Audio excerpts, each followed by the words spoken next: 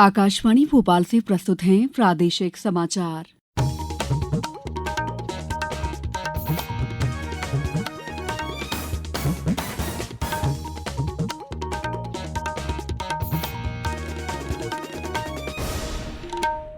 नमस्कार, समाचारों के साथ मैं दीपा सिंह। सबसे पहले मुख्य समाचार। मुख्यमंत्री ने कहा, केन बेतवा नदी जोड़ो और बीना परियोजना बुंदेलखंड का बदलेगी विकास का नया नक्शा। परिसीमन आयोग का हुआ गठन, सभी जिलों और तहसीलों का नए सिरे से होगा सीमांकन। जीएसटी परिषद ने कैंसर की दवाओं पर जीएसटी दर 12 से घटाकर 5% की। और आज कृमि मुक्ति दिवस के अवसर पर प्रदेश में कृमि नाशक दवाइयों का होगा वितरण। अब समाचार विस्तार से।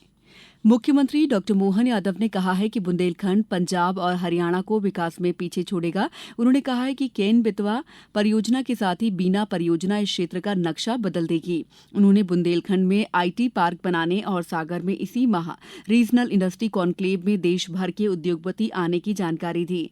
मुख्यमंत्री कल सागर जिले के बीना में लाडली बहना योजना के हितग्राही बहनों के खातों में 1574 करोड़ रुपए, सामाजिक सुरक्षा पेंशन के हितग्राहियों को 332.43 करोड़ रुपए की राशि के अंतरण और विकास कार्यों के भूमि पूजन और लोकार्पण कार्यक्रम को संबोधित कर रहे थे। मुख्यमंत्री ने कहा है कि बीना सिंचाई परियोजना से वंचित शेष गांव को जोड़ा जाएगा। क्षेत्र में अनेक नई सड़कें भी बनाई जाएंगी। बीना में गौशाला निर्माण, पॉलिटेक्निक कॉलेज और आईटीआई खोलने, 30 करोड़ की लागत से 100 बिस्तरीय अस्पताल का निर्माण, मंडी बामौरा विदिशा मार्ग पर आरओबी का निर्माण, नगरपालिका क्षेत्र बीना का विस्तार, खिमलासा को पूर्ण तहसील बनाने, बीना नगर पालिका के विकास कार्य के लिए 5 करोड़ रुपए, 9 समूह नल जल योजनाओं के 2200 करोड़ राशि स्वीकृत करने की घोषणा की। मुख्यमंत्री डॉ यादव ने 215 करोड़ रुपए से अधिक की राशि के विभिन्न विकास कार्यों का लोकार्पण और भूमि पूजन किया। प्रदेश में संभागों, जिलों और तहसीलों का नए सिरे से सीमांकन किया जाएगा। इसके लिए राज्य सरकार ने परिसीमन आयोग का गठन किया है। मुख्यमंत्री डॉ मोहन यादव ने कहा है कि जन सामान्य की सुविधा और बेहतरी के उद्देश्य से जिले और संभाग की सीमाओं का पुनर्निर्धारण किया जा रहा है। पेश है हमारे संवाददाता की एक रिपोर्ट। राज्य सरकार ने 3 सदस्यीय परिसीमन आयोग का गठन किया है। आयोग का अध्यक्ष रिटायर्ड अपर मुख्य सचिव मनोज श्रीवास्तव को बनाया गया है। मुख्यमंत्री डॉक्टर मोहन यादव ने बताया कि आम लोग इस आयोग को अपने क्षेत्र की प्रशासनिक संरचना को लेकर सुझाव दे सकेंगे। जिले तो बढ़ गए हैं, लेकिन जिलों की अपनी अपनी सीमाएं कम ज्यादा है या कई विसंगतिपूर्ण है। कई लोगों को बहुत दूर जाना पड़ता है जिला मुख्यालय, जबकि पास का जिला बहुत पास में है उनके। कई संभाग बड़े छोटे हो गए। ऐसे कई विसंगतिपूर्ण व्यवस्था के लिए हमने परिसीमन आयोग एक नया बनाया है। इस परिसीमन आयोग के माध्यम से नजदीक के स्थान को नजदीक के जिले से जुड़वा करके जनता की बेहतरी के लिए जो अच्छा हो सकता है वो जरूर करना है। मध्य प्रदेश भौगोलिक दृष्टि से देश का दूसरा बड़ा राज्य है। राज्य का क्षेत्रफल भी अधिक है, परंतु जिला और संभागों की सीमाओं के कारण लोगों को अनेक परेशानियों का सामना करना पड़ता है। इसलिए सीमाओं का पुनर्निर्धारण करना पड़ रहा है।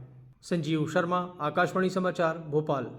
प्रधानमंत्री नरेंद्र मोदी ने लोगों से पद्म पुरस्कारों के लिए प्रेरक हस्तियों को नामांकित करने का आग्रह किया है। नामांकन की अंतिम तिथि 15 सितंबर है। प्रधानमंत्री ने अनेक नामांकन प्राप्त होने पर प्रसन्नता व्यक्त की है। उन्होंने कहा कि पिछले दशक में सरकार ने जमीनी स्तर के अनगिनत लोगों को पद्म पुरस्कार से सम्मानित किया है। उन्होंने कहा कि पुरस्कार विजेताओं की जीवन यात्रा ने अनेक लोगों को प्रेरित किया है। नामांकन awards.gov.in पर किए जा सकते हैं। गर्भवती महिलाओं की जांच के लिए आयोजित प्रधानमंत्री सुरक्षित मातृत्व अभियान शिविरों का आयोजन 9 सितंबर को भोपाल जिले की 70 स्वास्थ्य संस्थाओं में किया गया। शिविर में 903 गर्भवती महिलाओं की जांच हुई। जांच हेतु महिलाओं को शिविर में लाने और घर छोड़ने की सुविधा 108 एम्बुलेंस के माध्यम से निःशुल्क दी गई। ये शिविर प्रत्येक माह की 9 और 25 तारीख को आयोजित किए जाते हैं। मुख्य चिकित्सा एवं स्वास्थ्य अधिकारी भोपाल डॉक्टर प्रभाकर तिवारी ने बताया कि इन शिविरों के तहत अखिल भारतीय आयुर्विज्ञान संस्थान, गांधी मेडिकल कॉलेज आदि अस्पतालों में गर्भवती महिलाओं को मानसिक स्वास्थ्य परामर्श भी दिया जा रहा है। शिविरों में एनीमिया, गर्भावस्था जनित उच्च रक्तचाप, गर्भावस्था जनित डायबिटीज, पूर्व में ऑपरेशन द्वारा प्रसव इत्यादि लक्षण होने पर हाई रिस्क प्रेगनेंसी के रूप में चिन्हित किया जाता है। समाचारों में वक्त है ब्रेक का।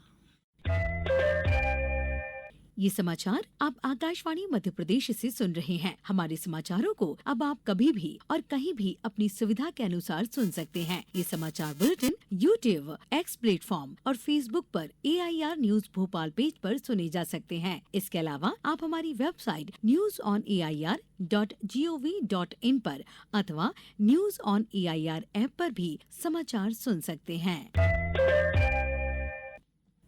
ब्रेक के बाद समाचारों में आपका एक बार फिर स्वागत है। वस्तु और सेवा कर परिषद ने कैंसर की दवाओं पर GST की दर 12% से घटाकर 5% करने का निर्णय लिया है।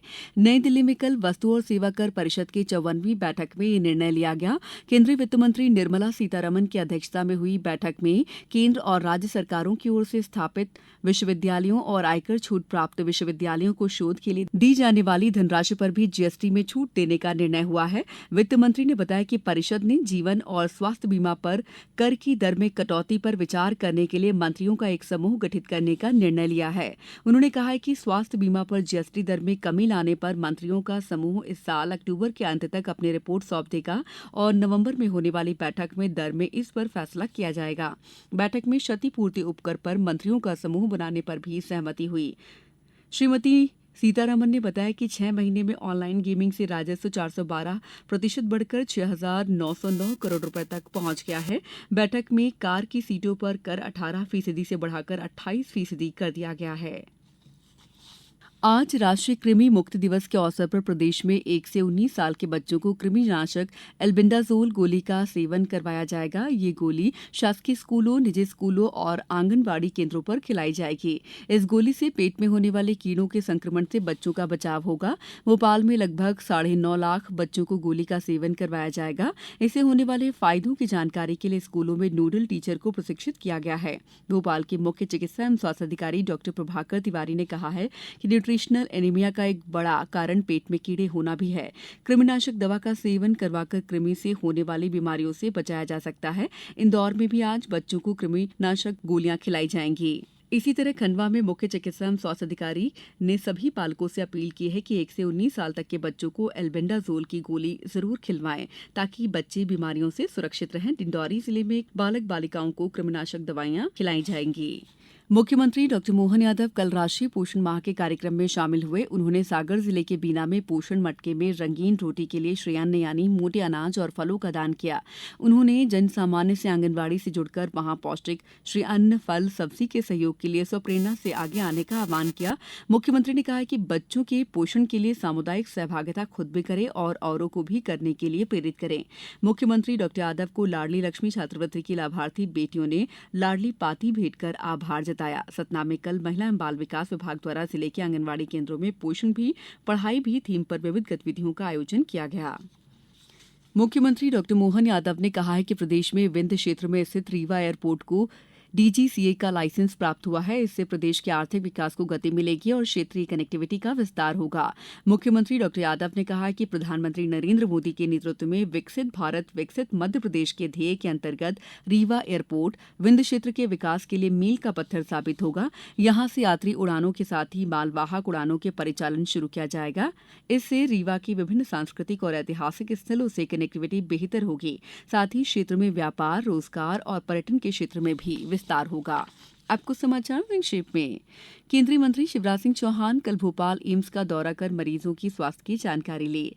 इंदौर नगर निगम के वार्ड 83 में उपचुनाव का प्रचार अभियान कल समाप्त हो गया। मतदान 11 सितंबर को और परिणाम 13 सितंबर को घोषित होगा। चुनावी मैदान में 6 प्रत्याशी हैं।